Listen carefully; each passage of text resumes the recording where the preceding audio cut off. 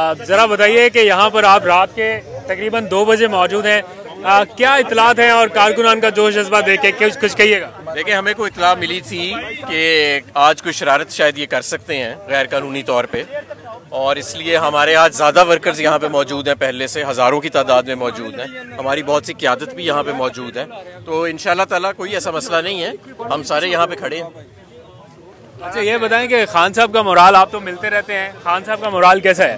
देखिए, खान साहब मुकाबले के माहिर हैं और अल्हम्दुलिल्लाह वो ये समझते हैं कि अब मुकाबले की जीत शुरू हो चुकी है, और ये जो हमने जिद्दोजहद की है, कुर्बानियाँ दी हैं, हमारे लोगों ने तशद्दुद बर्दाश्त किया, शहादतें भी दी हैं, अरशद शरीफ की भी शहादत हुई है, अब ये रंग लाएगी इंशाअल्लाह ताला। और मैं समझता हूँ कि अब इलेक्शंस को आगे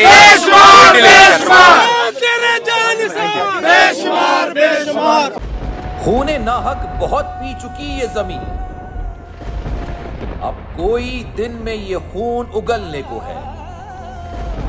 खत्म हो जाएगी ये तमाशागरी, वक्त पलटेगा रोजे जजा की तरह। ये जो पेशावर में ताजा लहू है बहा, एक क़यामत करेगा फलक पर बपा।